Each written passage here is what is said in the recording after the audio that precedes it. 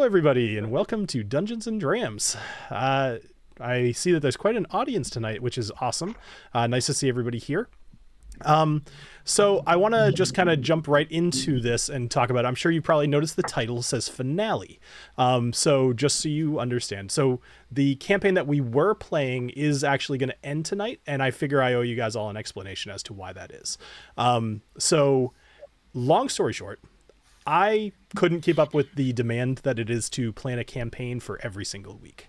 As you all probably know, I run 2 YouTube channels at this point. Everybody here, we all kind of do a ton of work, and doing everything week to week was like, I didn't sleep very much, as you could kind of imagine. And it was starting to be, it's just too much. So, and that's fair. Doing the AI videos and stuff, that's something that doesn't have a definitive time frame, and I can kind of take however much time I need. But doing the campaign every week and planning out things, making maps, doing whatever, it's just a ton of work. So I hope you guys understand. So what I thought we could do for tonight to make things a little fun, other than we'll kind of go around, we'll talk about what we're all drinking, of course. But what I wanted to do is talk about the campaign up until now, some of the major events that could have gone completely differently, because as you would imagine with any given D&D campaign, the hierarchy of different events is fairly wide. So I thought it'd be kind of fun to talk about that, as well as where the campaign could have gone, like the pieces that I have planned out. And then also how our characters, after the final battle, as one would, what would have happened afterwards. So I think let's start off. We'll kind of go around, and we'll start with Clifton. What are you drinking tonight? So, actually, I wanted to get something, normally I kind of start off light and then go up higher proof. But tonight, this is a special occasion. I grabbed a couple of different single barrel, electric egg barrel proofs. So I got a 9-year here and then a 10-year. So I'll be doing a little side-by-siding while we're talking. But one of my favorite bourbons. So I figured what a good send-off for this channel. Let's drink one of my favorites. So. Nice. And we're talking about our characters too. We may as well talk about who you played. Yeah. Okay. I played Knobolas, the half-elf warlock.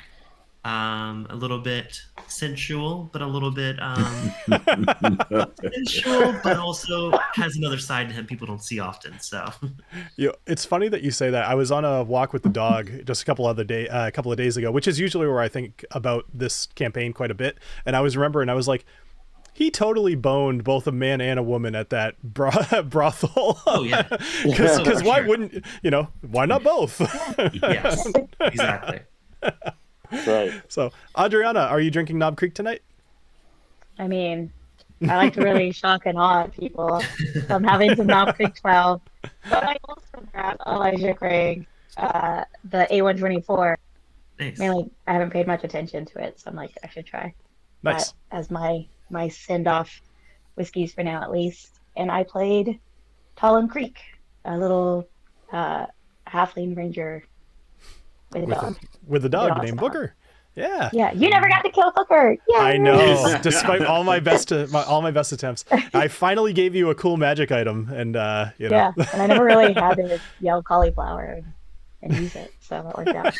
Was that going to be the word that you was picked? going to be the word, because there's no good reason to use the word cauliflower. I like it. So I like that you thought about that. That's great. Yeah. Jason, what are you drinking tonight? I'm not drinking anything. I'm at my girlfriend Kim's house. Oh, okay. There's no whiskey here. So. I figured, at this point, should you just cut yourself and just kind of sip? Like you're. Yeah, she is. Give it a little sip. So yeah. Oh, actually, you know what? I think I did leave a bottle of Rare Breed in here, but I. It's in the back of the toilet. Don't know where she put it. Yeah, it could be in the back. It could be like in the bathroom cabinet somewhere. I don't know where it is, but it's like The Godfather. It's like taped to the bottom of the toilet. Yeah. She probably hides it under my pillow at night. I don't even know where it's there. So I played Alessio, the arcane trickster / rogue, and it was a lot of fun to get to learn how to utilize him along the way. I think that was kind of one of my favorite parts of each and every week, is learning his unique abilities and, of course, dodging snakes most of the time. But he liked it dark. He liked it, he liked to try to be a little bit sneaky, and I had fun playing that character. It was I'll miss Alessio. I would have to go back and double check, but I think you and Agnomeio are probably pretty close, but you might have edged him out on like final kills. Yeah. I feel like there was a lot of flourish between the two of you guys, and I'm trying to think of who had more. But the one that really sticks out to me was when you killed the Umber Hulk, and Yes. you shoved the rapier right up his butt. Yeah, Right up his right in the couscous.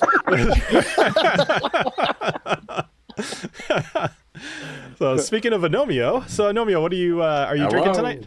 Yeah.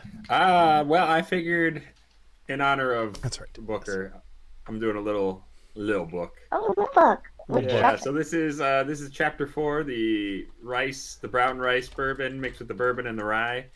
Yeah, it smells like a bourbon, drinks more like a rye, so I dig it. Nice. But yeah, and I played Agnomeio, aka Noro, aka Agnomeio. The secret identity never really worked. It was very, very clearly him. Well, I mean, you did get recognized though as a celebrity. Yes, that's true. Yeah. that's true. He was just a little. He's a little crazy bastard. He was. That's basically what Agnomeio was. Just always getting into trouble. He was. That was some of my favorite was trying to not only plan combats where you could be crazy, but not where your insanity could potentially be like a huge amount of work extra for me. Like putting you on a skyship was already dangerous. but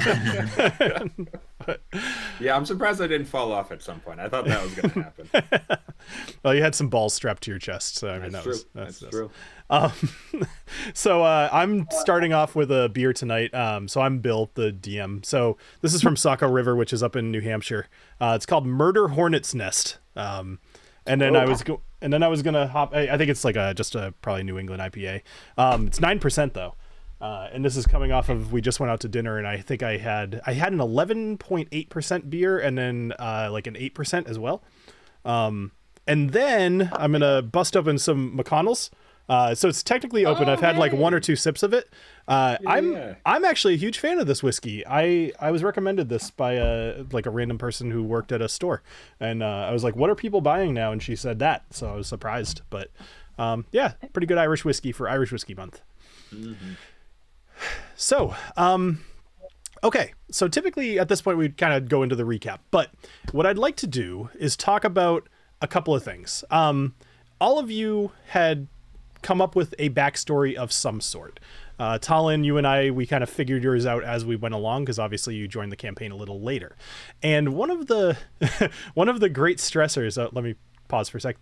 Tony, thank you very much for the super chat. Appreciate it. Yeah, sure. Bill attacked me personally on Cliffy's live stream, and I want some revenge. I'm going to do that. Well, yeah. I love your live streams, Clifton. I think you have such a cool community, actually. It's like a bunch of really close-knit people. So one thing that I had, you guys all came up with these backstories, and one of the great stressors in this entire thing was attempting to try to make your backstories matter. So one thing that has been on my mind for absolutely ever is Catherine Zeta Gnomes. Yeah. So let me kind of talk about this a little bit. And for those of you watching at home, you'll see, you guys don't need to hop into Foundry or anything like that. I just wanted to bring up the map so that people can kind of see.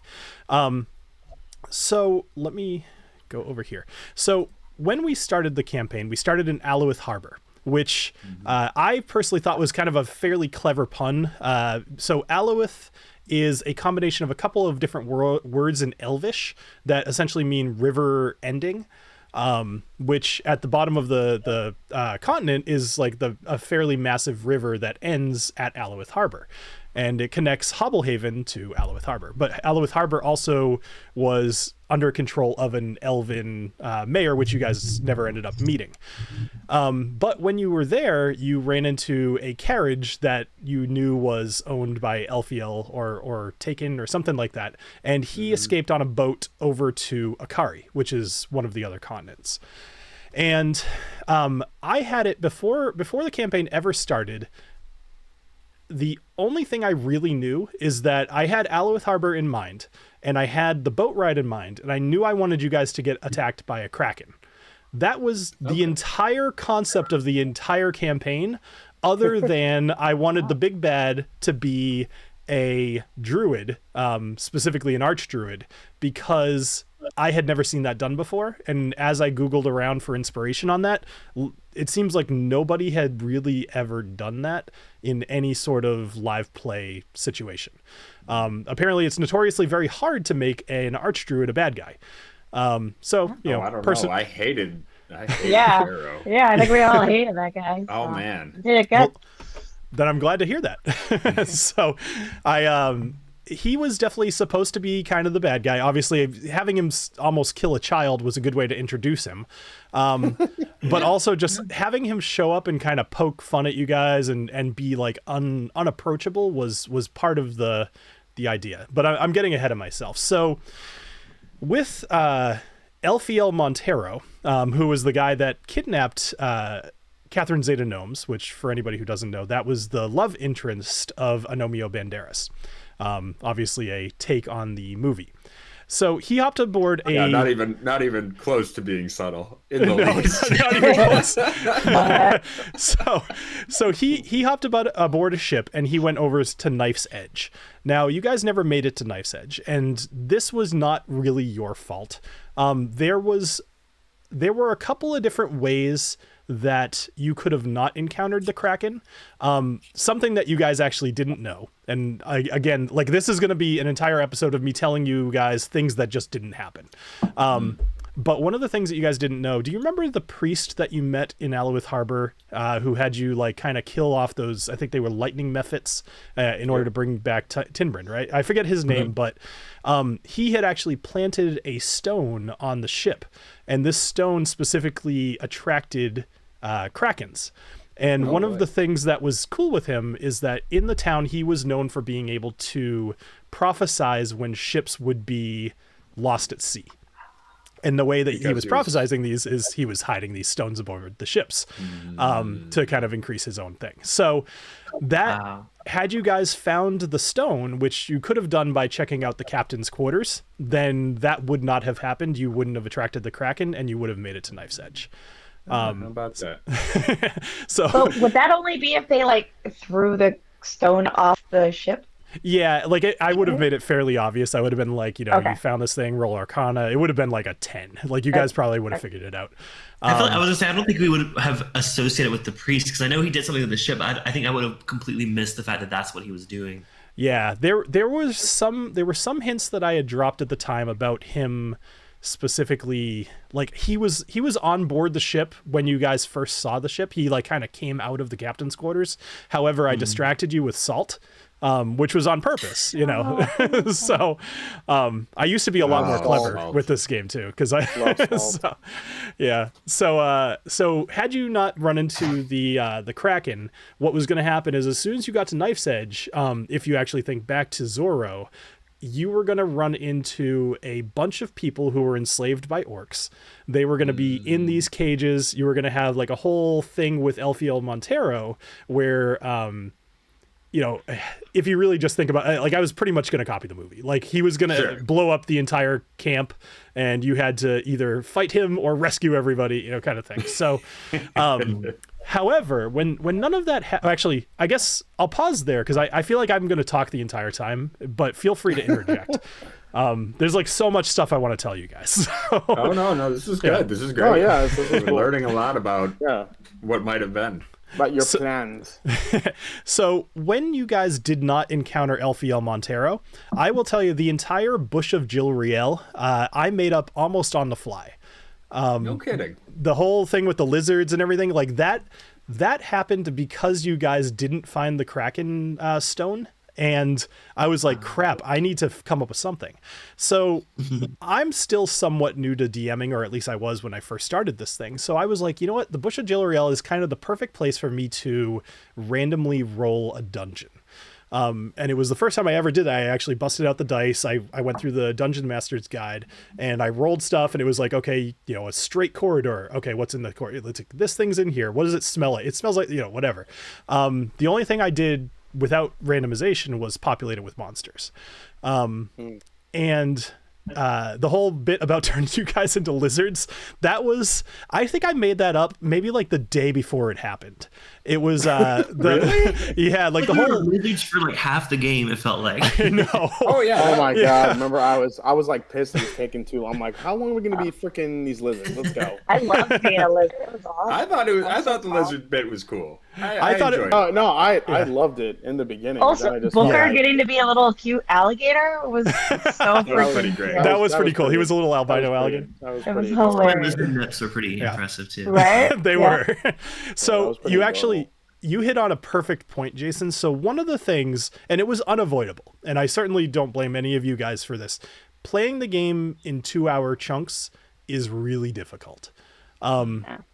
Planning 2 hours is much easier. However, getting like really immersed in like an hour and a half to 2 hour chunk when I know towards the end people are tired, that makes it really tough. So that was definitely part of the challenge that I came up with. But what I did is I said to myself, okay, what do I actually need to have in every episode? And it was like, I want to have a combat if it makes sense. Definitely has to be some sort of RP of some sort. And then ideally there should be an exploration. And those things are called the 3 pillars of D&D, essentially: exploration, social interaction, and combat. So I figured if I could fit all 3 of those things into every episode, it would be fantastic. Except there were a lot of episodes that didn't have all 3 of those things. And a lot of that was because of time constraints. But you guys, we kind of made it work anyway. Mm-hmm. So, I feel like this is also very, like you explaining, like the planning and the research about the 3 pillars and for every episode and stuff. Like that should help the chat understand too, like how much work you were putting in every week's episode. And like anybody who's more familiar with D&D probably knows, normally it's played in like 3 to 4 hour sessions kind of thing. So it's like that you were doing that and trying to make a whole thing for each one. Like, it makes a lot of sense why this has become too much. Thank you. Yeah. So one thing that I considered doing in order to kind of keep this going is switching us over completely to theater of the mind. But I don't like, obviously some channels like Critical Role, like they can do that. But I'm not Matt Mercer, right? So like having the ability to describe a scene in a way that we don't need maps, even just combat all completely in our heads. Had I started you all with that, maybe we could have made that work. But frankly, I'm not used to that. You guys aren't used to that. And the first place I didn't want to do it would be live streaming. So, well, especially for me being new, like I would have been so lost and so confused. The maps were a huge help. And I see in the chat, B. Bauer says, I'd never seen a D&D game before, and this was epic. So I think for those of us that are new to it, it was super helpful. Well, thank you. Yeah, and thank you, B. Bauer. It's I will say having the chat along with the game and watching you guys react to things was super encouraging. I loved every second of it. I loved when we dropped some random bomb and you guys were like blowing up the chat. And like, I know that usually there would only be like, let's even say, be generous, like there 10 to 25 of you at a time, and still seeing the chat moving was like awesome. Yeah. So, okay. So let me keep going for just a sec here. So when you guys were in the Bush of Jilriel, one thing that I had continuing to go was Catherine Zeta Gnomes needed to be somewhere. So what happened, in my mind is, okay, so the thing at Knife's Edge didn't happen, but she's still captured and she needs to be moved somewhere. So the Whispering Expanse, which again, people watching at home, you can kind of see. If you look on the screen, there's if you guys want to hop into Foundry and just be able to look at this along with me, that would be fine too. It's completely up to you. The Whispering Expanse is a huge, what do you call it? Like a prairie. Or like a big grassy area. Think almost like Game of Thrones with the I forget what they called it, but there was like a 7-day travel across a grassy wasteland. Oh, yeah, the Dothraki Sea or the sea. Yes, exactly. The Red Sea or whatever they called it. Yeah. So the idea there is that there were centaur there as well as plenty of orc. So had you guys made it to Knife's Edge, you would have likely traveled across the Whispering Expanse instead. And I would have had to figure something out with there. All I knew is that I wanted there to be centaur, and potentially there's a giant bird called a roc, R-O-C, which I thought would be kind of cool if it was like hunting you guys while you were crossing this place with absolutely nowhere to hide, and see how that played out. That was a minor idea just in case that had happened. So, okay. The Oasis of Serpents, I'm sure you guys probably noticed, but the Oasis of Serpents itself actually looked like a snake. And that was the whole idea, is that Halix was underneath the water there. Now, some of you may, I would be interested to know, and anybody watching this in the future, feel free to comment below too. The whole bit that played out in Helixia, and I guess I'll even just kind of skip over a lot of it right to the very end, after you guys killed Thorek, the Malevolent Mist, is when the whole city lit up as if there was a big sigil. I had hinted a bunch of times about the slaves kind of carving or dragging these boulders behind their necks and essentially carving the sigil into the ground without any of you knowing. That's straight out of Full Metal Alchemist, for anybody who's ever seen that. So I'm guessing based off the expressions. I thought they were working on a plumbing system. I thought it was just like aqueducts or something. Sewage. There was this whole bit. So Full Metal Alchemist it's an anime. I don't watch a whole lot of anime, but this one's like a really popular one, especially back in, I want to say like my mid-20s. I watched it, and the gist of it was, in order to do this particular magical thing, they had to kill a ton of people in order to make the Philosopher's Stone. And so this guy essentially used a city as kind of like the base, and then he carved a whole sigil across the entire city and then sacrificed everybody inside of the city. And I was like, that's a cool concept. Let me see if I can make that happen. So that's when everybody was like floating off of the ground, and the souls were leaving and their blood was leaving their body and all that stuff. And you guys were running out of there. That was what that was. Okay, I'll shut up again for a sec. Up until this point, I know that obviously, Adriana, you had joined at this point, but I don't think I've missed any major plot points. I'm trying to think. I could be making this up for all I remember, honestly. Yeah. So you said it wasn't until like you just kind of had to come up with the bush and yeah. So I like when did you come up with Halix then? Like, well, so Halix was always intended as well. Okay, actually. Okay. So good question though. So when one of the things I wanted to do was I didn't want to use the default Dungeons and Dragons pantheon, just because I didn't think I wanted to be more creative than that. I had like all these aspirations, right? So I made up like 5 gods to start off with. And then I was like, well, I need a history of the world. And I called it the Lands of Domitium. And Domitium is a combination of a couple of Latin words that essentially means split earth. So the idea being that at one point, this whole world was essentially a Pangea concept. And then it got split the first time by Halix. And there was that whole prophecy that you guys had heard forever ago. And actually, I'm going to pause for a sec because I can actually play this.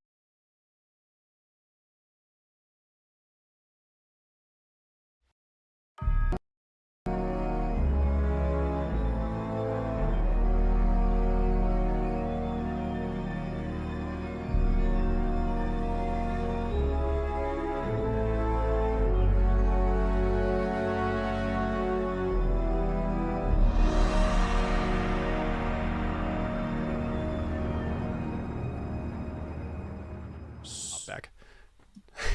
So that was the premonition that you guys saw within, I think it was like the 3rd or 4th episode. It was pretty early on. Wasn't it in the little dungeon and Daffy, with the little snake head? Yeah. Yep. And the owl bear and all that. Yep. Oh my God, the owl bear! I know. I probably went a little too fast. That was like our first big battle. The owl bear was really fun to plan. Especially like I actually loved your reaction, Jason. Like you had kind of come to just fear whatever the owl bear could be. Yeah. You were just like, I don't know what that is, but it sounds terrifying. I remember you saying that more than a couple times. Yeah. Yeah, because even just like seeing an owl, you're like, ooh, that thing is kind of cool looking.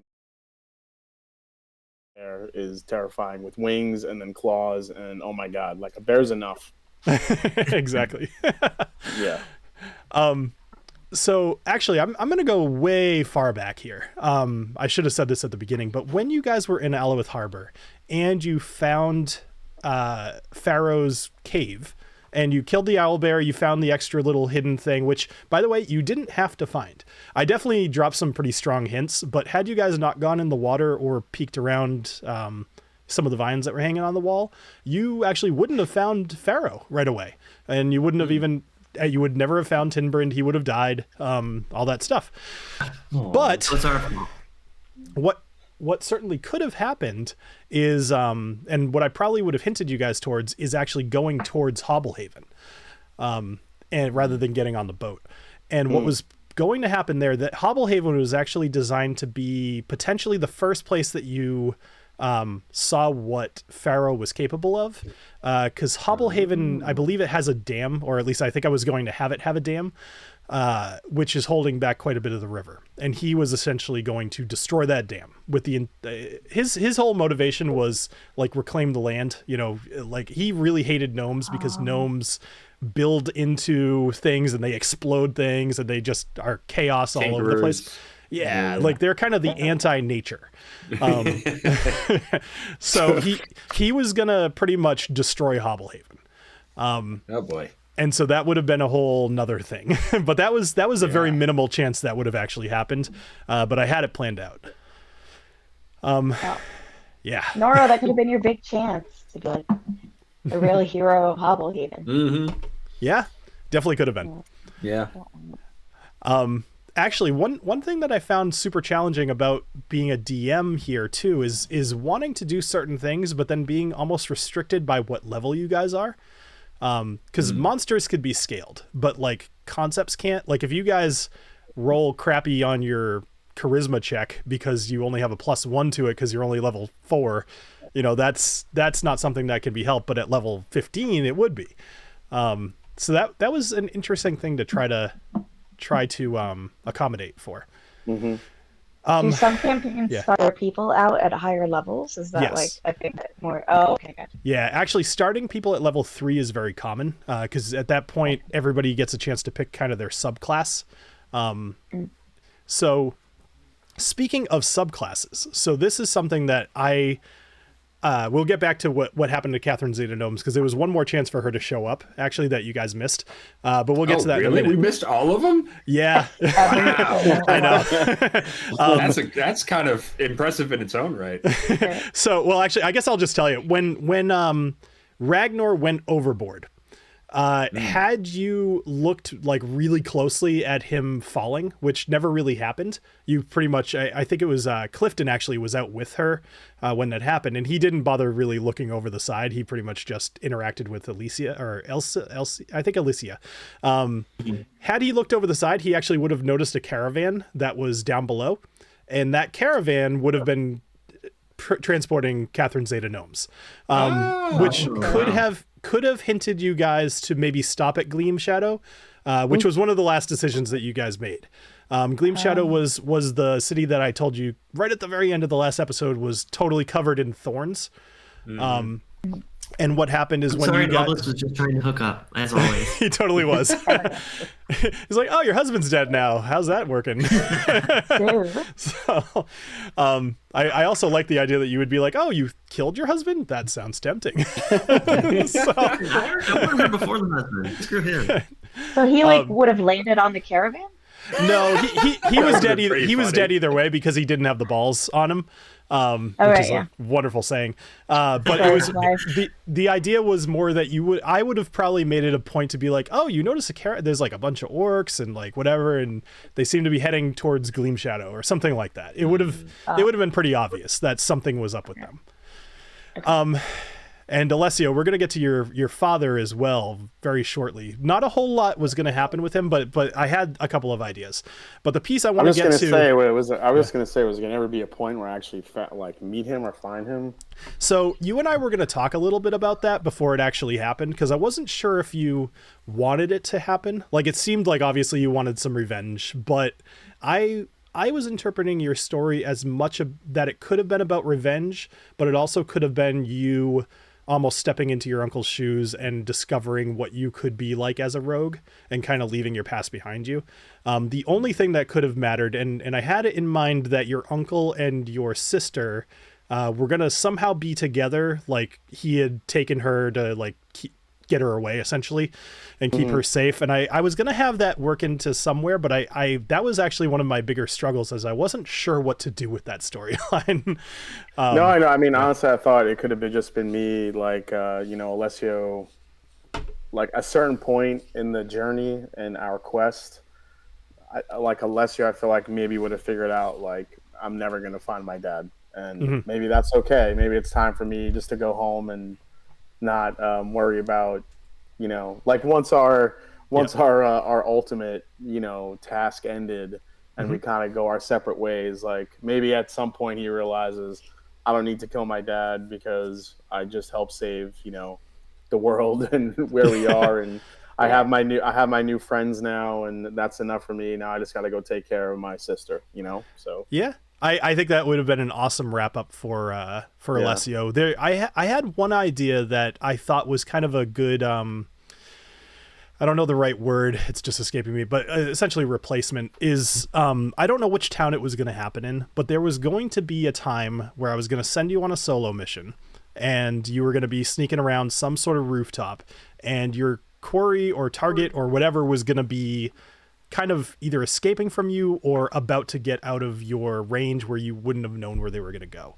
At which point you would have presented with a choice of continue after your target, or you were going to hear some yelling kind of like off to the side coming out of a house that you didn't know.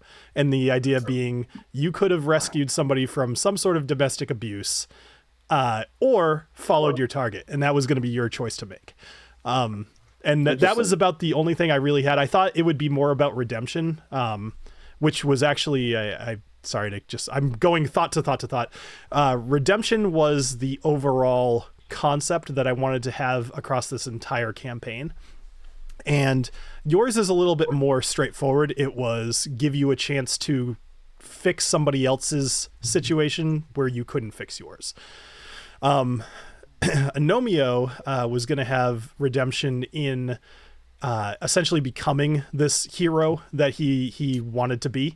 That also is a little bit on the nose. Knobolas was going to be quite a bit more subtle, I guess. Knobolas needed a lot more redemption than anybody else. Knobolas kept making it worse for himself. Listen, I really was hoping to meet, Knobolas's mother in like a spiritual form.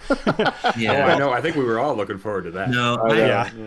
Once we get to the point of like telling what we think for our characters, I have a whole like imagined scenario that I want to. Well, so I would almost rather hear that first before I tell you what I had planned for your character, because I'm curious. I'm curious if it would have at all aligned, because I very much doubt it would. Okay. So I mean, I'll wait till you're ready. Yeah, I was gonna say let's wait like 2 more minutes. So, you guys, you finished your whole Oasis of Serpents. You killed Thorak. You escaped from Helixia, and then you started hearing from your mother again, which obviously had talked to you a couple of times, but her message to you was pretty much, you need to come to Voltanus. Voltanus. Which I will never forget when you guys were like, no, it totally says Voltanus. I was like, no, there's no way I would do that. I totally made a typo. We're not just being children. It's spelled that way. It's not a Voltanus. So when you're actually, this person who was talking in your head was claiming to be your mother. Whether it actually was or not was never actually revealed to you.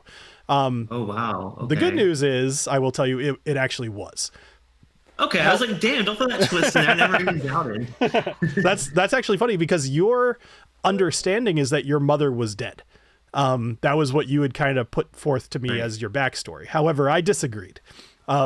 So what you had said was that your mother and your father had you. Your father ended up raising you to a point until you essentially left home because reasons that I kind of forget. At which point you kind of became. I mean, I guess. I mean, to be fair, the backstory did say that my mother died in childbirth, but that could have just been what my dad told me. Exactly. And that was what I went off of. So actually what happened here is that your mother was the archmage in charge of the entirety of Volantis. So she was going to be in charge, and the idea that she had been pregnant with you out of, with essentially a non-wizard was a point of shame for her.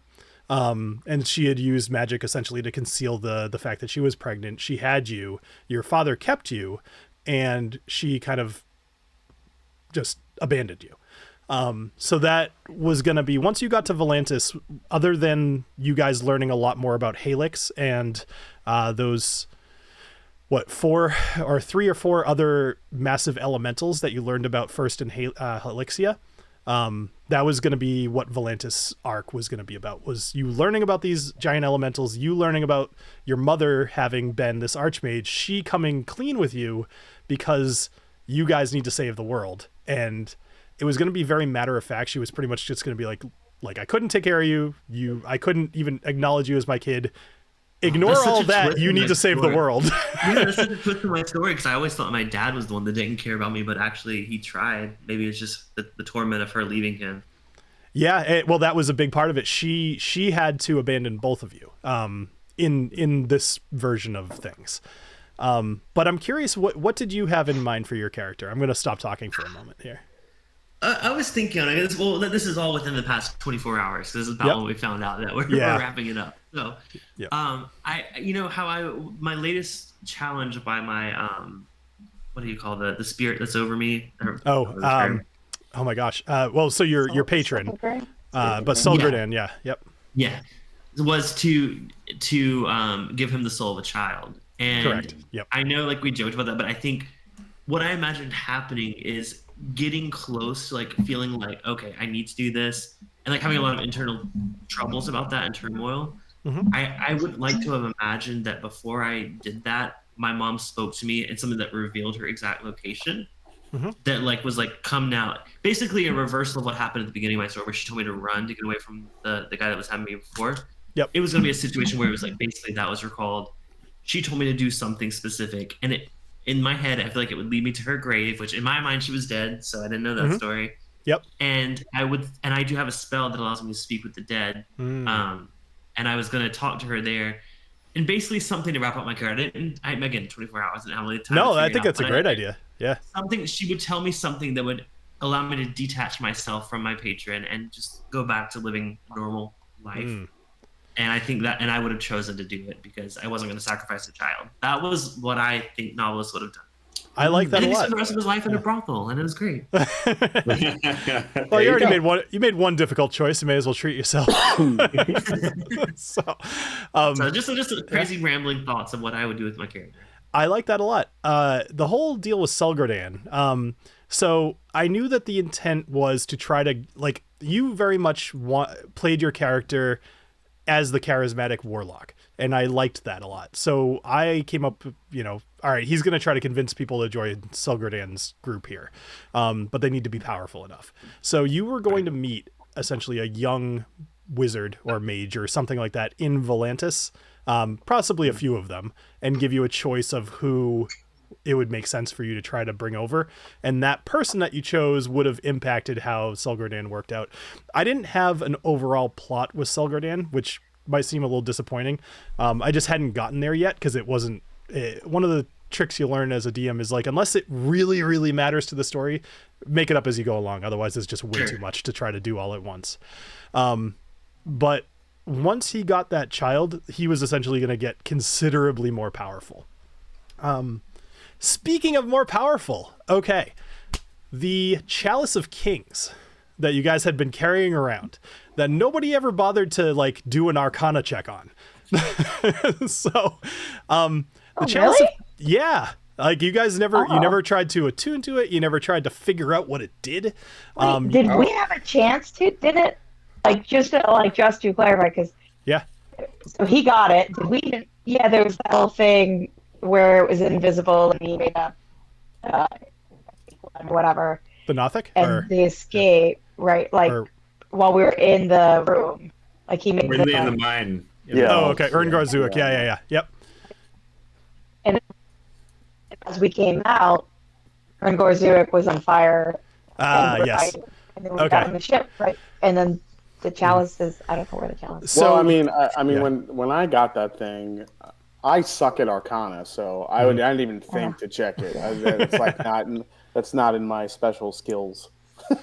I feel like Agnomeio's whole thing with that was just like, oh hey, Alessio needs a cup. All right, let's get him a cup. All right, he's got the cup. All right, we're good.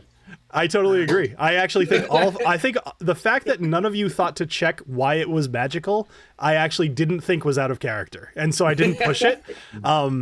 I just went along with it, like Ed said, like it was just like, okay, this is needed. Knobolas was just like, I just want to drink out of that thing and look sexy. That's So had you asked, so Serafina and I think maybe Elowin or one of the other people on the ship, two people on the ship knew the identify spell. And had you asked them or chosen to kind of spend some time with it, you would have learned that the Chalice of Kings actually grants eternal life if you drink anything from it. And that's why it's such a sought-after thing.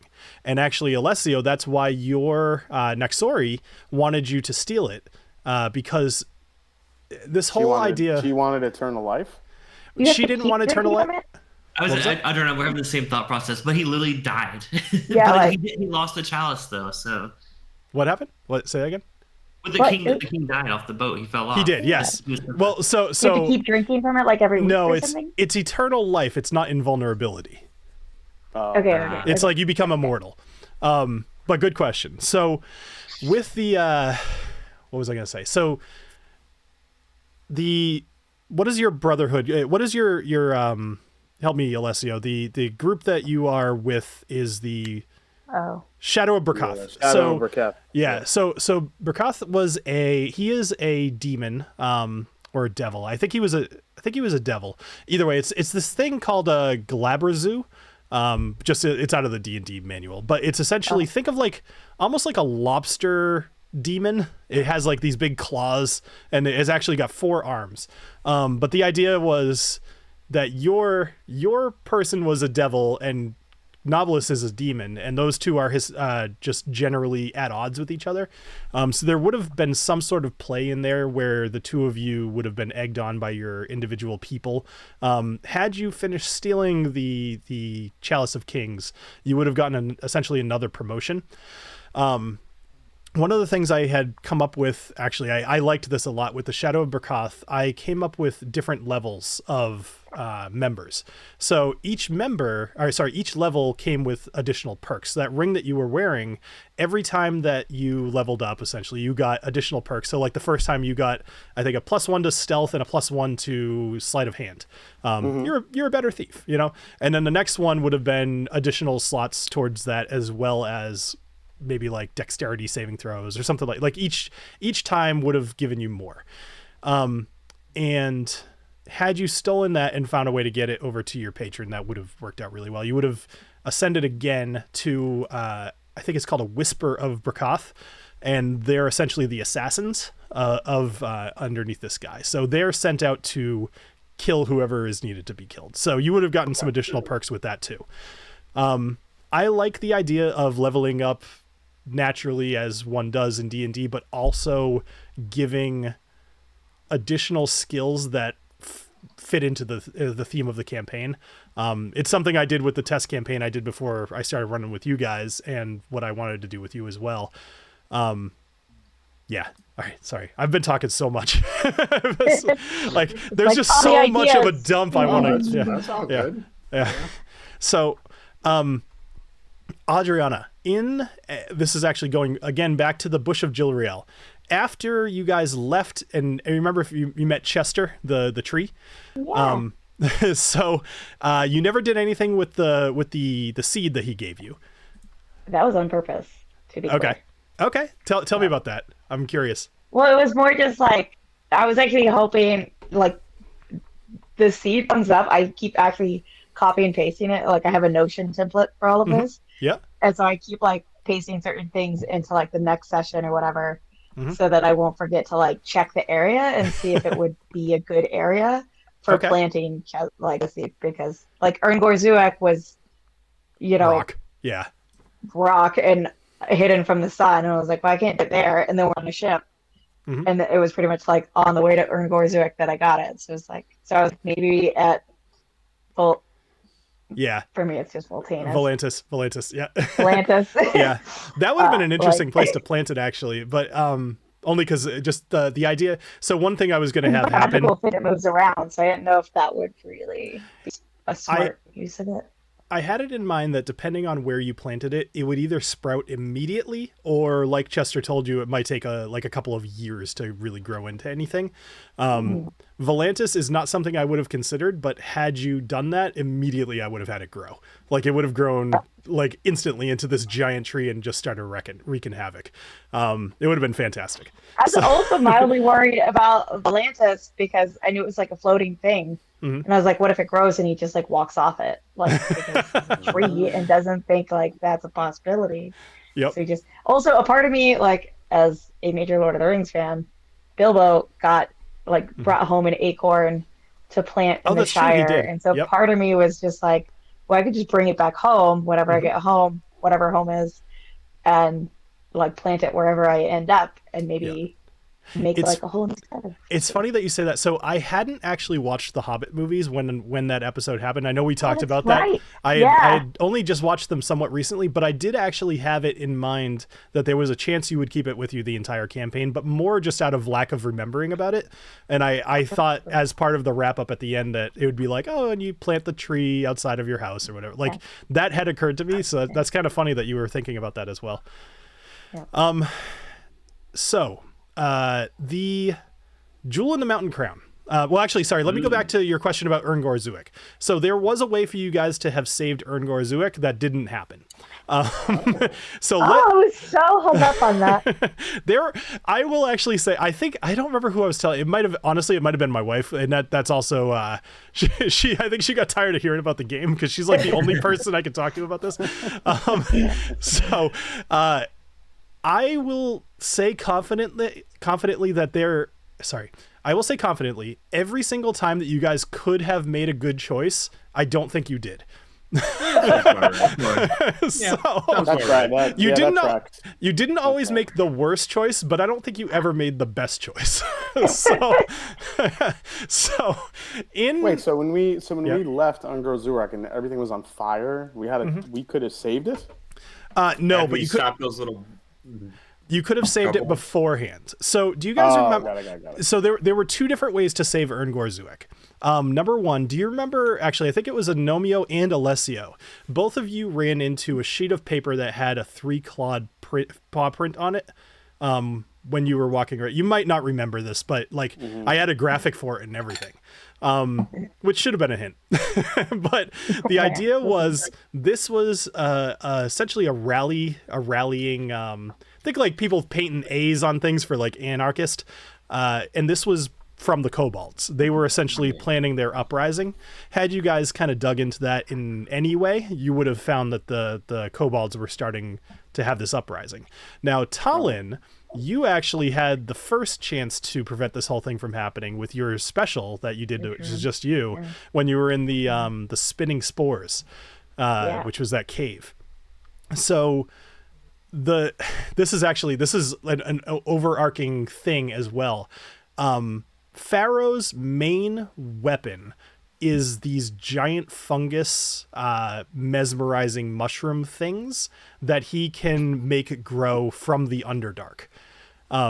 So those mushrooms were in the spinning spores, and that was what was driving everybody crazy.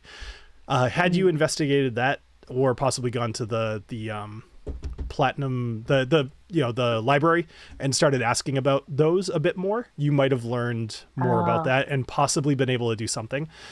You guys also spent a really long time inside of the vault, the Sunstone Vault. And while you were in there, there was actually at the very start, there were 3 different pathways that you could take at the absolute start of that dungeon. One of them to the far south ended up going over to a statue, which was essentially I think it was like a tribute to any of the miners who had died while digging out that area. And then to the far north was actually up to the vault. But there was one like 45 degrees, and that would have taken you further into the vault, and it would have had you run into all of the kobolds that were gathering to essentially, like, you could have avoided the whole thing had you taken the one out of, you chose 2 out of the 3, and the one would have saved Erngor Zuik. Again, that tracks. But would we have gotten the chalice? Would we have gotten the chalice? You would not have found the chalice, but the chalice only mattered to Alessio. Right, yeah. So that was part of the choice too. Yeah, there was no way I was getting that chalice by myself with everything waiting in there for me. Jesus, oh, for sure. Yeah. I liked that dungeon a lot, actually. This is a problem with teaming up with a thief, is that you get distracted by going after some freaking chalice. Yeah. You don't take all these stupid kobold things. Well, I definitely took advantage of the fact that when you guys were being, when you were not making decisions, Jason actually usually jumped in to make a decision, which was awesome. And actually, Jason, just personally, I appreciate that you did that. But because Alessio was the one usually making those choices, I was like, if he's going to continue to make these choices, I'm going to play into that a bit and let other people say no to him or just go with it. So that was definitely something I counted on. I counted on 2 things. I counted on Alessio doing whatever his mission was. If it was even anything slightly less than convenient, then like he would do his mission. And I planned on Agnomeio doing whatever the hell he was going to do. Like, I was like, is there a table? Agnomeio's going to be on that table. So what was supposed to happen to Agnomeio in the end? I'm just curious. Was Agnomeio going to hit the Hollywood stardom of Middle Earth, or wherever the hell we were? Well, so actually, let me rush through the rest of what I had planned, because there's not a whole lot more, and then I'm dying to hear what you guys would have reacted to this whole thing. So, excuse me, we talked about you guys being up on the skyship, and then you were heading towards Erngor Kazord, which I did throw this up on the Patreon, but just at this point, let me see if I can show you. So, hopefully it'll focus. So this is Erngor Kazord, and I'll kind of talk about this real quick. I'm actually going to go so it's just me, so the audience can see this a little better. So the top level is kind of like where the king hangs out. This is the residential area. This was called the Underhalls, and that's where like the market was and a bunch of other stuff. And then this was the mines. Now there was going to be a dragon down here for you guys to fight.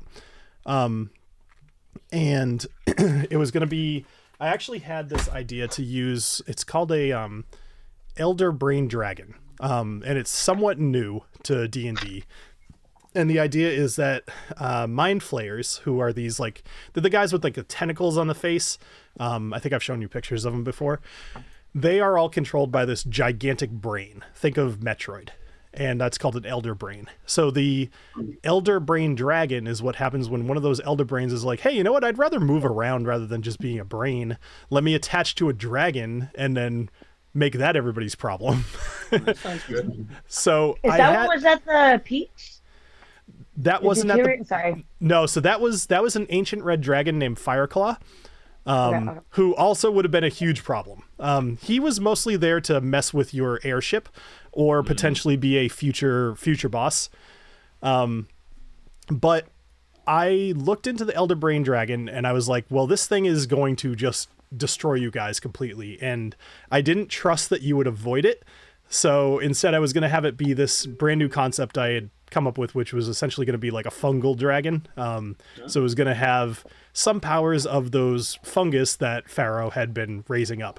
The idea is that Erngor Kazord had been infiltrated by Underdark denizens because Halix had essentially shaken the earth, flooded the bottom layer of Erngor Kazord, so the Underdark kind of raced up to avoid being flooded, and now they took over Erngor Kazord. And you guys would have absolutely been able, this is actually where we were going to go tonight originally, you guys would have been able to save that city by defeating the dragon and like essentially destroying the mushrooms. Nice. But it would have been it would have been tough. It would have probably been like a 30% chance of you guys fully saving the city. What I was trying to finally have happen is you actually also would have found out that Pharaoh was the one doing this with the mushrooms. So what would have happened is you guys would have finally realized that Pharaoh is actually the guy that needs your attention, and then started worrying about him. However, at this point, Helix now is going to be, we're getting way into the future at this, not even way, like maybe a couple months from now. You guys finally would have made it to Volantis. You would have learned about the damage that Helix had been doing, where I would have shown you an updated map of all 3 continents, like really having a lot of problems. You would have found out that, you remember the floating kind of water based part of Volantis that had broken off? You guys docked your ship. It was floating, but only just above the ocean. So I thought that was all of it. I thought that's what Volantis did. That was part of it. So that was actually like a small chunk that had broken off of the bottom of Volantis. So Volantis had 4 of those, and all 4 of them were devoted to the elemental plane of water, fire, earth, and air. So you guys found the one devoted to water, and you killed off, I think it was called Hydroxus or something. It was like a water elemental. And Knobolas, forever you've been carrying around a corrupted pearl of power. However, that corrupted pearl of power would have been fixed in Volantis. You would have realized that that was something that could give you control of, actually, sorry, that one, I'm remembering now. So the corrupted pearl of power had controlled Helix at some point, as he was essentially the embodiment of the elemental plane of water, being a water serpent. You guys were then going to take your skyship, go find the other 3 locations, which, if you remember, in that flying fortress, I forget what to call it. It would call it the school, right? So like the flying school, you found a map that showed a couple of bright dots that showed up across the surface of. Oh yeah, I do remember that. So those all showed where the other locations of the chunks that broke off of Volantis were. You also had something like that on your skyship. You would have been that's what I thought you were referencing. Yeah. Yep. So you would have been able to use that on your skyship to help you track down these other locations. We would have had some really cool like fire, earth, and air elemental style dungeons where you would have think Final Fantasy 1 essentially found the orbs of power, right? or elemental orbs of whatever, and after getting all of those, you would have been able to just straight up ride those giant elemental creatures that we introduced in Helixia into battle against Helix. So 3 of you were going to be able to command them, and 1 of you would have had to figure out something else to do, possibly helming the skyship or something like that. Like it would have been your choice of who's commanding all 3 of these and who's gonna not, and what are you gonna do. And then all 4, Valeris, and Avalon.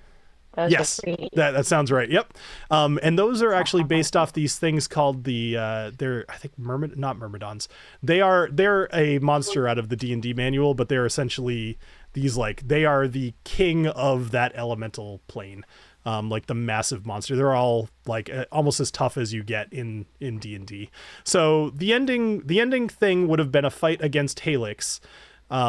Using all of them, Helix would have been stronger than any 1 or 2 of you at a time. I hadn't worked out that fight entirely because obviously it was quite a ways away. But the idea would be that even all 3 plus the skyship would have been a formidable fight against just Helix. And Pharaoh was going to be essentially riding Helix. So he would have been doing his Archmage stuff as well. Yeah, that was going to be... Yeah. My question was just going to be were we ever going to actually fight Helix? But I could see having the elementals at our disposal if we completed those missions would have helped. Definitely. I kind of envisioned it as being at some point, let's say, I don't know, whoever was piloting the Phoenix, you dive down, you attack Helix, and at that point you have some damage being done to Helix and some to the Phoenix, and then you have 2 or 3 turns for that individual person to fight against Pharaoh. So I wanted, in hindsight, or not even in hindsight, thinking about it out loud, I would have wanted you guys to be able to fight more as a team against Pharaoh, in the moment. But I liked the idea, maybe it would have been phases or something like that. Each one of you having your moment to shine against just Pharaoh and seeing what you would have done, and then probably something else where all of you fight against him. Maybe he would have like druids can turn into animals. Maybe he would have turned into a dragon or something like that. Like you could do true polymorph and he would have turned into something else. And that would have been roughly the end of the campaign. Yeah. Cute. So- Wow. Yeah, that's not work at all. That's great. I once explained a lot of this to my dad, he's like 68. I want to say he's not terribly old. Given I'm 40, so he's less than, I don't know how old he is, but he's over 65. And he said to me, he was like, all of that was in your head, you know. I was like for years, you know. So clearly, I remembered most of that off the top of my head, right? So yeah. This is a constant in my mind. Okay, now I would love to hear what you guys would have done either at any point after where we currently are or at the end of the campaign. Quick question: could we have stopped Pharaoh from releasing Helix to begin with? Like, would there have been any? Good question. Very unlikely, but yes. So when Daffy was still around, and Pharaoh came to her and got the book back, the fact that you guys took the book, you were always supposed to read the book. Taking the book was likely and, you know, kind of dependent on the story, but it didn't have to happen. Had you read the book or not passed whatever I think the book, you know what it was? You guys took the book because you couldn't read it, but all you had to do was say the word Helix in order to open it, which like, I was like, oh, you look at the front of the book, it says the word Helix on it. Oh, you look at the spine of the book, it has a big snake on it. And then you were like, huh. And so for the next like 6-7 episodes or something, I literally kept waiting for any one of you to say the word Helix, and not a single time did that happen. Oh, weird. Yeah, and like had somebody said that, the book was going to glow green and it was going to be like very obvious that something had happened. I think I finally Did he make her promise not to read it? I don't remember that, but maybe. I know that at some point I pretty much was like, so Molly, like, what's on the book? like what's that word that you might think, you know, whatever. So That's pretty crazy. yeah, so you definitely could have stopped Pharaoh from bringing Helix to life, or back to life, but it would have been very difficult. A lot of it probably would have happened during the fight with Thorek.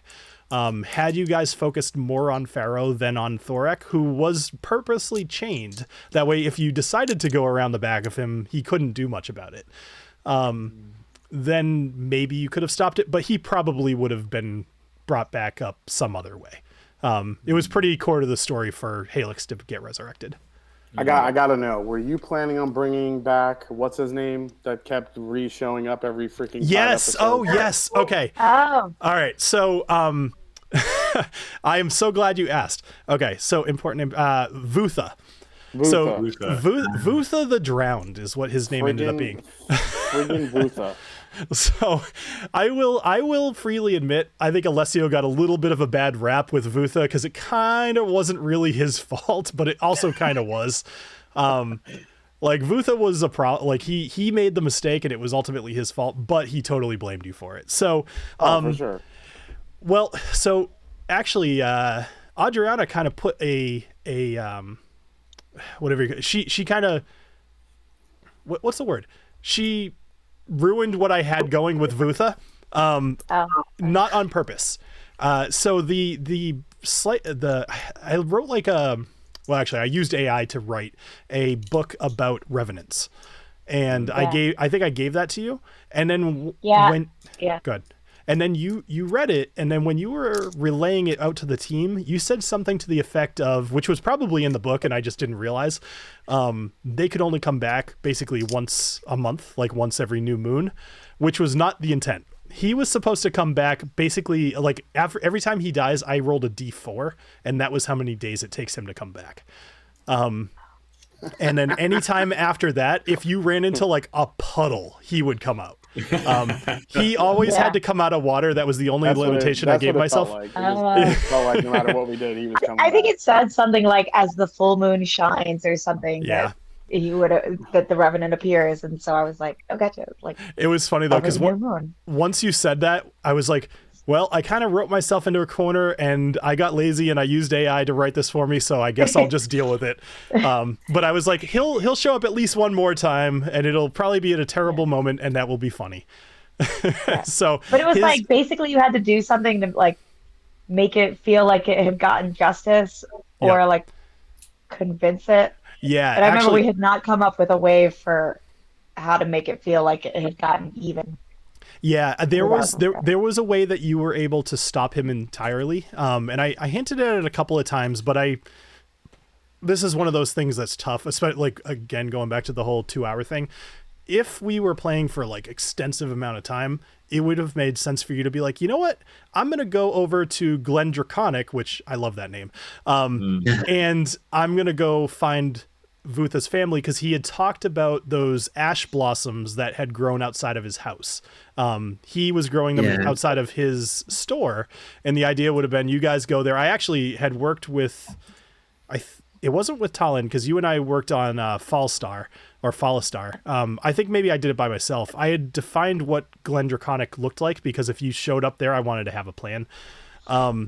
You could have gone there. The times in between, just going like you said, playing 2 hours and and then waiting a week or two. I know me personally, like I like blanked out everything that I did except like the big moments. It was certainly hard, and I don't blame you guys whatsoever for that either, because I'm thinking about this stuff all the time, and I'm expecting you guys to think about it when we're playing, which is fair. So had you gone to... I felt like we could have done our due diligence and had I think if we were smart about it, we could have done like a secret pre-meeting before even doing even like before Monday night. Like, I don't know, for half hour on Sunday night, we just all get together as a team and be like, okay, what's in our inventory? Where are we? What have we not done? Like, that would have probably been a smart thing to do, but we just It's funny you say again, that. We're not living, eating, and breathing it like you are. True. Yeah. It's funny that you say that. So I had started getting a little frustrated that you guys had stuff in your inventory that was important and that you guys weren't remembering. So what I was going to do, you know how I have that whole intro video that plays while everybody's kind of gathering or whatever. I was actually going to have separate slides that were like the items that you guys have in your inventory, like being like TaLin found this chestnut from an animated tree or whatever. Or I think like one of sending you a screenshot of my Notion page. I'm so happy to hear you say that, but actually that chestnut. That was one of the minor things. I remember the last episode we were on, and we were fighting one of the flying dragons, and I was like looking for like arrows and stuff like that, and I looked at my inventory. I'm like, I had a lot of cool stuff. Can I use any of this? I remember like realizing like what I had. I was like, oh, okay, I got some stuff here, but I don't think you guys used any of the potions that you got from Snortimer's birthday. I think we used those. Remember, like we got the different color mushrooms. The red and the green. Yeah, I tried to use mine a couple times, and Bill was like, "No, that's not going to help you here." So I'm like, "Okay." Yeah. Well, so part of the problem was I'm looking at the items that I have designed here. It looks like I've lost them at this point, but the one of them was like, I think it was like a haste mushroom, and the other one was going to make you stronger or something like that. But the problem was that, and this is partly my own fault, like you had to brew it into a tea. The idea was you were supposed to be prepping for whatever you were going to do. And because it, as we just discussed, it was not on the top of your mind, it would rarely be like we'd start and you'd be like, oh, we're heading to a fight. You know what? I have that mushroom. We should brew that into a tea. Yeah. Well, because the one we almost used it for the dragon. Or not dragon. Yep. Whatever it was tied up that we could have avoided with Halix. And Thorak. Yep. And because it helped make you resistant to poison, and we knew it was a poison. That's what it was, yes. Yep. Then I was all set. I was like, I've got this mushroom, we're gonna do that, and you're like, you have to brew the tea for 10 minutes ahead of time. And I was like, well, what I should have done and I kind of wish I had done it in the moment just to reward you for like having thought of it, because this, like, as you would imagine, I have gotten wicked deep into YouTube about D&D, right? So there's a lot of, tips and tricks that you could do. So something like that where you're like, oh, I just remembered I have that mushroom. Can I do something with it? Instead of being like, oh, well, you could brew it for the tea to get the full, I should have been like, you know what? You eat the mushroom and you get like half the effect. You're resistant to it instead of immune or something. Like I should have, little things like that. You want to reward people doing what you want them to do rather than just being too stringent with the rules, which I tried not to be too much, but occasionally it mattered. So, okay. Let's do this. I have to jump off here soon. So I was just about to say, so Alessio, we kind of talked a little bit about what would have happened with your character as far as you probably wouldn't have run into your father, but you would have had that opportunity to like kind of redeem yourself. Yep. I think that you would have probably become some sort of very high member of the Shadow of Brakoth, and I did want to have there be an option for you to travel literally to hell and go either communicate or fight that guy. To get the chalice back, in order to earn eternal life for yourself or your sister or whatever you wanted. That was kind of what I had in mind for the chalice. Cool. So, that's pretty damn cool. Agnomeio, so what would you have done after you had saved the world, the hero of Hobblehaven? So I guess it kind of depends on how things went down, because had I met Catherine Zeta-Gnomes before or after, because I was thinking what would be really funny is for me to have been running across this whole the whole world, running after her, pining after her, and then when I finally rescue her, she's just kind of like, oh, thanks, all right, I'll see you back at home. And it's like, well, what am I gonna do with myself? What am I gonna I got nothing. Basically my whole story has kind of been me being a braggart, and I don't have much to show for it.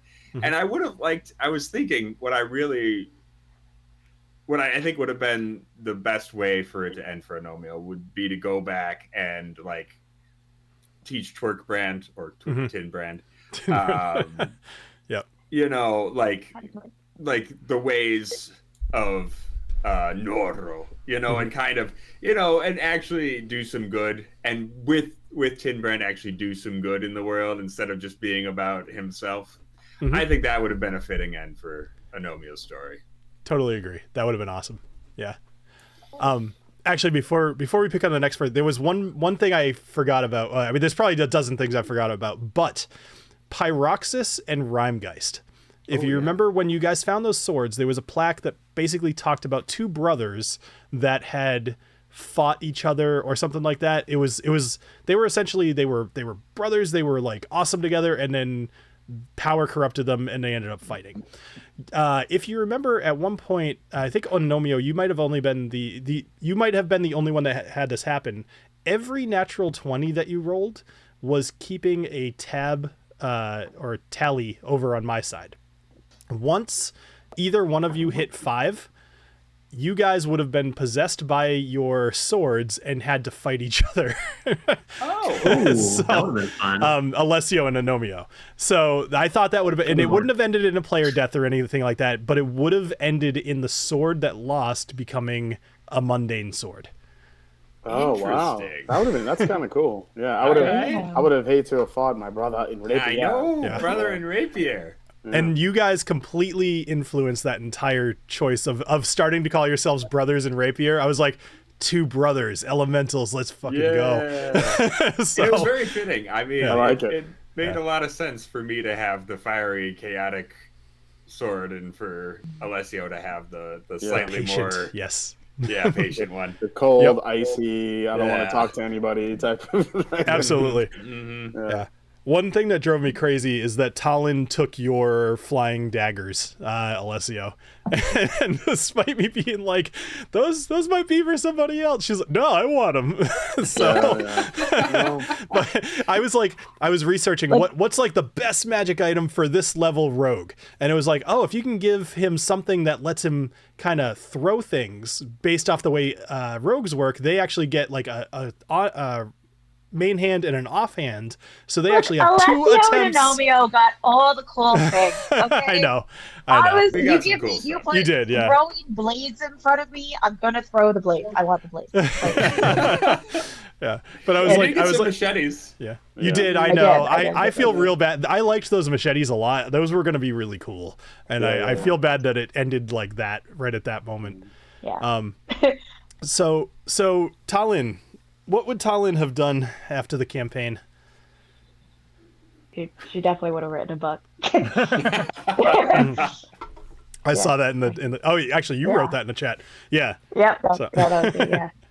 I definitely would. Yeah. Like, I mean, honestly, like, I think a part of the campaign was, trying to keep it entertaining, keep it moving and stuff. And so, like, what you were saying before about, like, often Jason would jump in and be like, let's just do this thing or whatever. Mm-hmm. And often it was like, well, I want to keep the thing moving and we have a small amount of time. So, okay. But I feel like otherwise, TaLin would have just been like, recording lots more stuff, and later on would have just written a bunch of books with information from that. But she was also hoping to disprove, like, some of these more, like, spiritual ideas kind of deal. So, and then Halix turned out to be real. So, right. That was annoying. Yeah, it's like gods are definitively real. In fact, you met what was it? The Earth god? I forget its name. It began with Talicia. What was it? Dyla. No. But I got Dyla's amulet. You met her too. So she's a like a demigod. Talisa? Yeah, there was like I think there's only because 4. if we have like an Earth obstacle, I could have called on her. Right. That was the thing that I was like, there were a few chances for that to have happened and it never happened. Like you basically had the whim of a god at your hands, and like you could have done so many things, and it was just that one. I was like, because there were times where I was like, with this, well, that's not really an Earth thing. Yeah, but you could have maybe asked. that's not relevant right now. You were thinking too little. Like you straight up could have been like, well, can we like seal up the Underdark hole in Erngor? Yeah, hell yeah. You move some rocks. So anyway, I thought it was like, I don't know, like the path is on kind of thing, and so like, she'll build a new path or whatever. I don't know. No, that's fair. I mean, I purposely didn't give you a lot of information because it was the power of a god. I kind of was curious what you would think that would mean. All right, so you're writing a book. You're going to be the you and Tinbrind, or the dynamic duo novelists. Knowing that your mother was so this is something I had planned for you. So once you found out that your mother was the Archmage, the idea would have been, because you and I had talked about this briefly, although I don't know how serious you were, about multi-classing into sorcerer. The idea was going to be that she would have made you realize that you actually had an inherent magical ability that you simply didn't know really existed or how to access, and she would have helped you with that. Thus allowing you to multi-class into sorcerer, and I actually was going to grant you an additional level. So you actually would have been 1 level higher than the rest of your group. So interesting. Yeah, so that was going to be kind of cool, and then you would have been able to have to manage not only warlock packs but also sorcery points, which would have been a lot of work. But I thought would have been kind of cool, and you could have explored a lot more magic through that. Well, I had always imagined, like, whenever I eventually got a chance to speak to her, I would discover something about myself. I wasn't sure what it was, but I feel like that's kind of always been my journey. So it kind of makes sense. I kind of dabbled in that, right, with that one ability that I have that lets me do a cantrip from a different different category. Like not your class list or your spell list. Right. Yeah. So it would have been interesting. I think the biggest shocker would realizing that my mom betrayed me. I think that would I think that would almost drive Knobolas into like a bit of a turmoil, or even like a spin where he's acts very out of character for a while because he's trying to handle the realization of that, because he spent his whole life thinking that she was the one that's out to save him, but really she's the one that left him. So I think Knobolas would have had a bit of a breakdown at some point, which would have been interesting to play. That would have been a crazy twist. Like, that would have been after all really of this, thinking she was sort of helping you from a distance, it turns out she's the one who's like, from the moment that she first talked to you on the ship, I had that all planned out. I couldn't wait for you guys to get to Volantis, and that was another thing that kind of killed me. Is us heading to Erngor Kazord was not really ever the intent. That was entirely my fault, and I laid the tracks for that. And unfortunately, again, you guys picked the one that I didn't want you to pick, which led you towards Erngor. I don't even remember what the decision was, but I remember just to be like, damn it, no, we need to get to Volantis. But the first time I got on the skyship, I thought we were going to Volantis, and then you said we're going somewhere else. I'm like, oh, okay. Yeah, well, that was. I think that's what it was. I think I was like, oh, well, you guys are heading to. That's exactly what it was. You guys would have arrived at Erngor Kazord. You would have gone in. Actually, I have this really cool thing. It was called. I actually have my.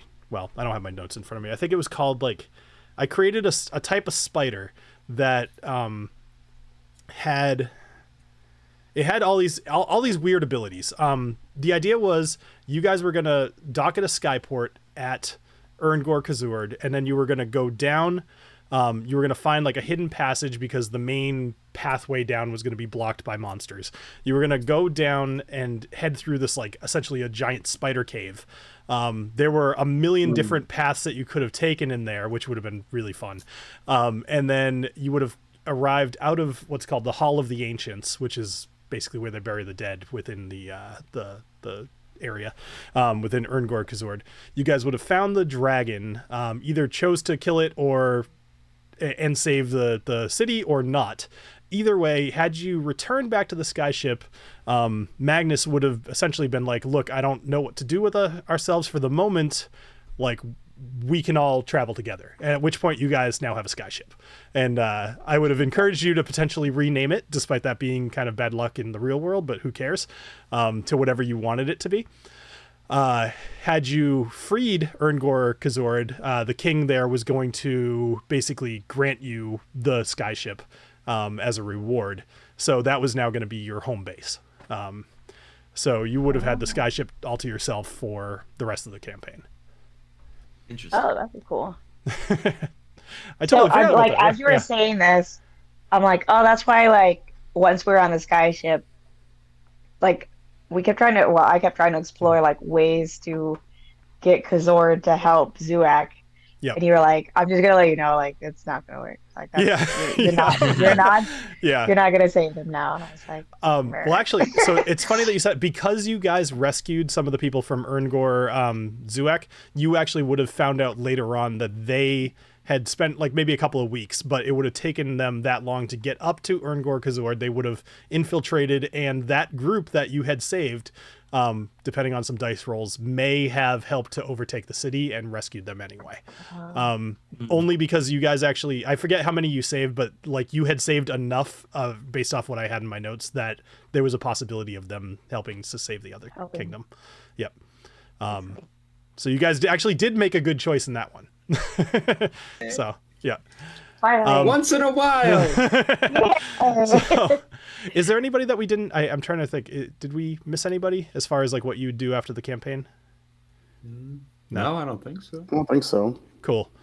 Cool. All right. Well, then there was one last thing I wanted to talk about, and then again, I'll kind of shut up if there's anything you guys want to follow up with. But so as far as the future of the channel, there's two things that are going to happen with this channel. Number one is this campaign is done, which we've talked about. I mean, wouldn't make sense to, especially now after telling you guys all of the dark hidden secrets.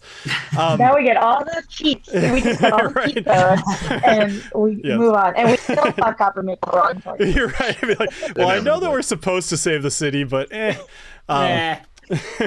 So what spaceship? Spaceship.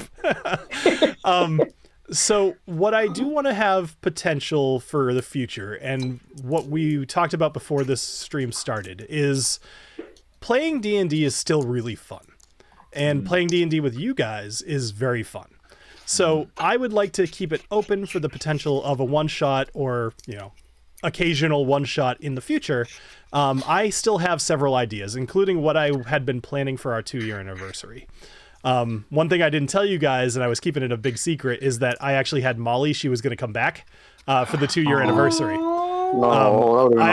I was actually drinking with her. What's today? Monday. I drank with her yesterday. We went to a big whiskey event, and we got loaded. But I was I was talking to her about this and the fact that we were kind of stopping the campaign, and I was like, but I still want to play this thing. So whether we play it in person with her, me, and like some people, or we all play it, I still want that to happen at some point. So hopefully we can all regather to play that. As far as the rest of the channel goes, I know I put out all kinds of other style of content. I don't know how reliable I'll be with that for the moment, and I don't know how much of a priority I can make it. Doing the AI videos does not take a whole lot of effort. As far as filming, it's mostly in the editing, and realistically it's a much more casual thing. So I like it.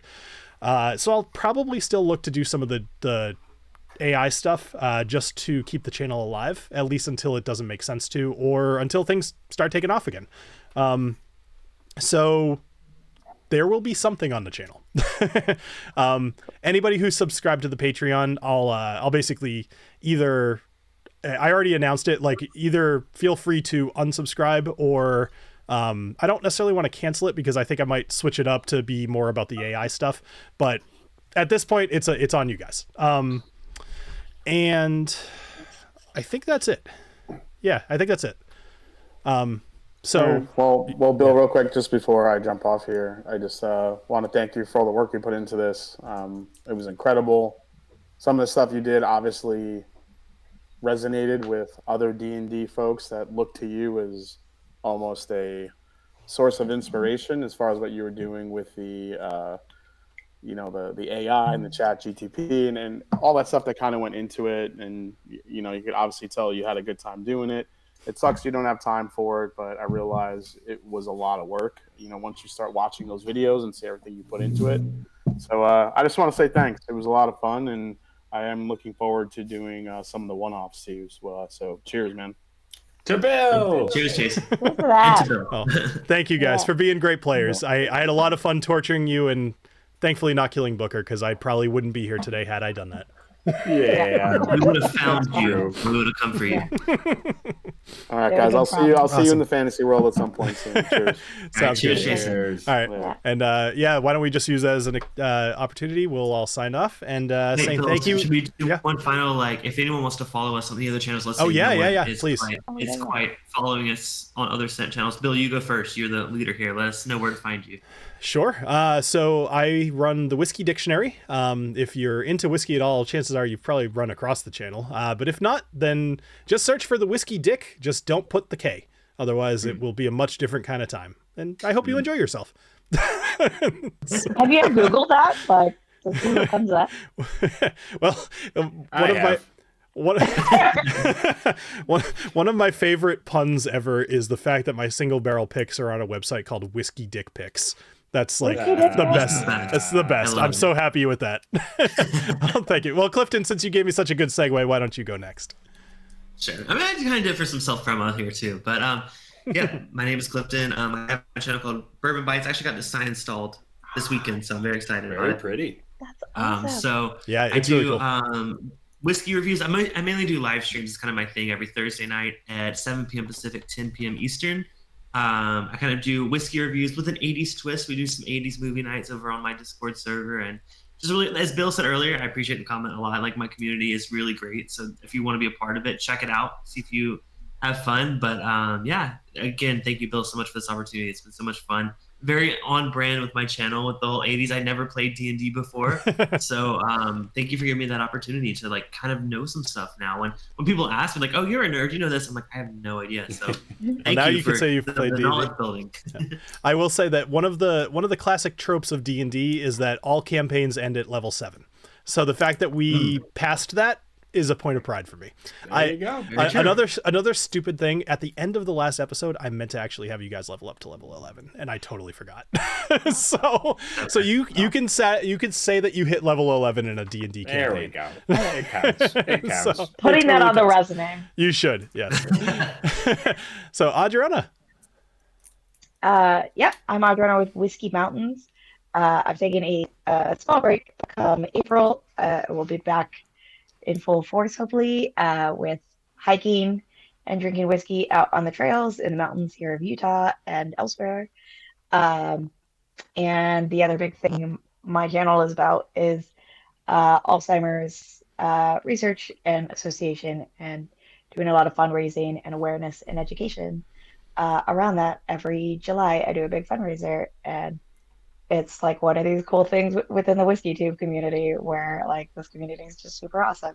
Not just cool, one of the best things. Honestly, I think that's one of the best things that's ever come out of Whiskey Tube. So Totally like, you guys definitely look into that. She does it every year. I've been a supporter of it every year. It's just really, really, it brings the whole community together. You have raised a really good amount of money doing that, and it's very, very impressive. Yeah. You know, my in the wife's past 3 years, we've raised over $40,000. Yeah, that's insane. Incredible. Dang. Very, very cool. Well, thank you for that, Adriana. Actually, that's if nothing else. And Ed, is there anything you want to promote? I know not in the least. I didn't think so. Ed's like chilling, doing my bard thing. I'm just here, man. I'm happy to be here. All right. Well, personal Instagram, maybe people can follow or just anything or no? Nope. I don't exist online anymore. It's great. Yes. Okay. Hey, good for you. He's just Ed with too many D's. So too many D's. He's got a double D. All right. Anyway, so that's how I'm going to end this. All right. Thank you, everybody. And we appreciate everybody who's taken the time to watch the campaign. If you're watching this in the future and this is your last episode, hopefully there's some one-shots to watch afterwards. If not, go check us all out in our various places. And thank you guys all for joining us here on Dungeons and Drams. Have a great rest of your night. Cheers. Cheers. Cheers all.